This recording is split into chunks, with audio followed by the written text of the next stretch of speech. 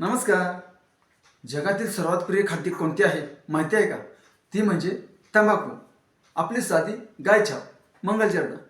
तंबाखू ही कोणत्याही वारी चालते. एकादशीला चालते, द्वादशीला चालते, कोणत्याही सणाला चालते. अमावस्येला चालते, पौर्णिमेला चालते, सकाळी चालते, दुपारी चालते, रात्री 2 वाजताही चालते. 365 दिवस अहोरात्र चालते होई.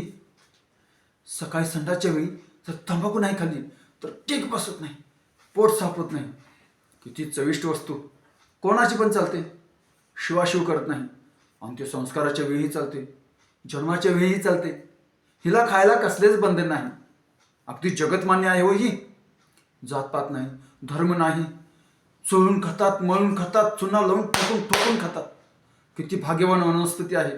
200 रुपये किलो आहे. काजूपेक्षाही महाग. अगदी गरिबातील गरीबही खातो. काजू कधी खिशात ठेवणार नाही, पण ही चटवी आतल्या कप्प्यात राहते. अगदी हृदयाशी कवटाळून असते हो ही. तंबाखू खाणाऱ्या व्यक्तीला आजारही पडू देत नाही आणि म्हाताराही होऊ देत नाही.